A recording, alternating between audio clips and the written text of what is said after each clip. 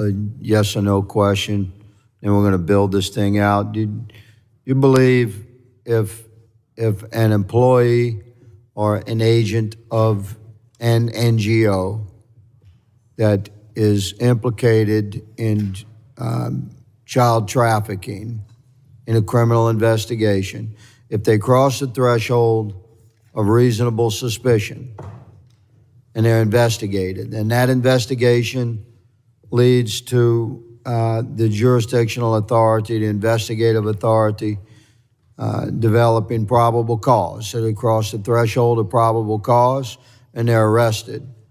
And then they're prosecuted, and if they're convicted, they cross the threshold of guilty beyond a reasonable doubt, and they are convicted. We're talking about an employee of an NGO that participated willingly during the last 4 years with the trafficking of human beings, including children that were destined to be trafficked into the sex trade.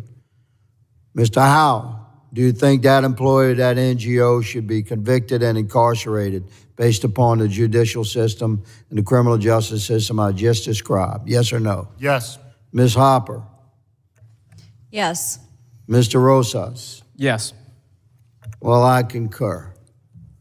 And much to the chagrin of a whole abhorrent industry of child trafficking that prospered from the open border policies of the Biden administration for 4 years, 2021, 22, 23, and 24.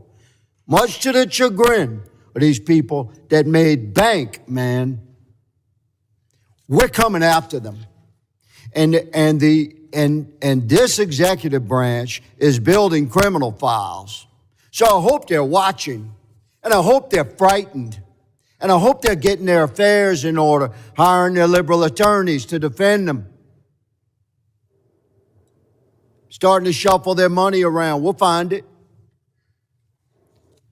Mr. Howell, are you aware that ongoing right now in our country, if DHS, ICE, FBI, local and state law enforcement agencies working on classified operations to locate, find, and rescue trafficked, tender age, mostly girls. We're talking about girls under 14 and younger across the country that were trafficked into our country in 2021, 22, 23, and 24. Are you aware that those operations are ongoing?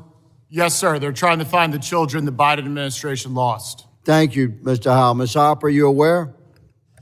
I am. Mr. Rosas? Correct. I'm aware. Thank you. Would you be surprised that according to my research, which will very soon be revealed next week, they've rescued so far 35,000 tender age kids. How you like that?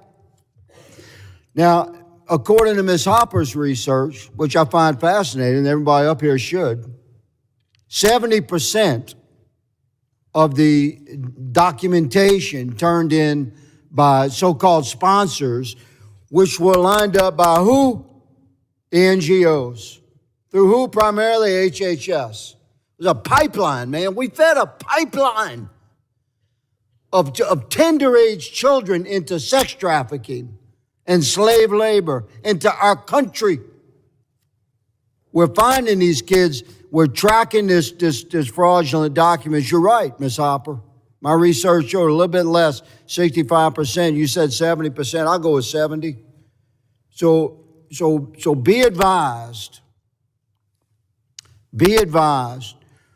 We are building out case files, criminal case files. We're interviewing these 35,000 kids, and we're finding out exactly what the hell happened, how they ended up in the nightmare where they were, and we're rescuing more. And there's nothing anybody can do about it.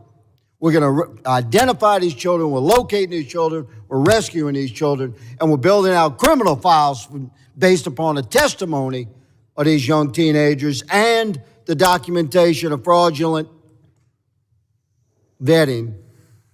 And many of these NGO employees are going to find themselves wearing orange, be their new favorite color. Mr. Chairman, I appreciate the indulgence.